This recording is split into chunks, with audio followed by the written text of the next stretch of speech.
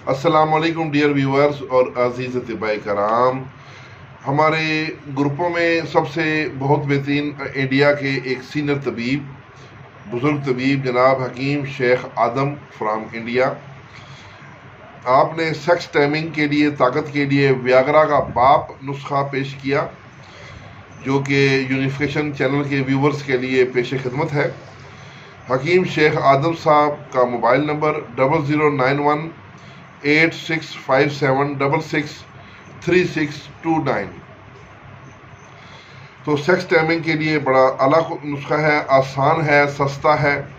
सफ़ेद प्याज का पानी आपने लेना है आधा लीटर, और लौंग लेने हैं साबत टोपी वाले 50 ग्राम, और तुख्म हरमल 50 ग्राम।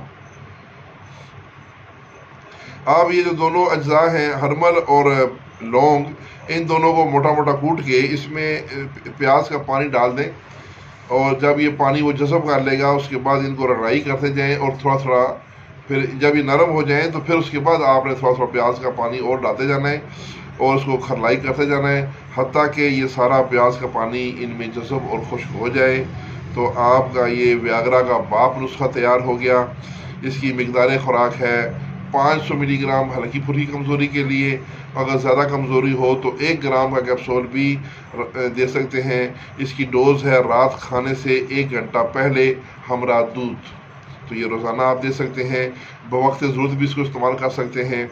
तो इसके साथ ही इजाज़त, वस्सलाम।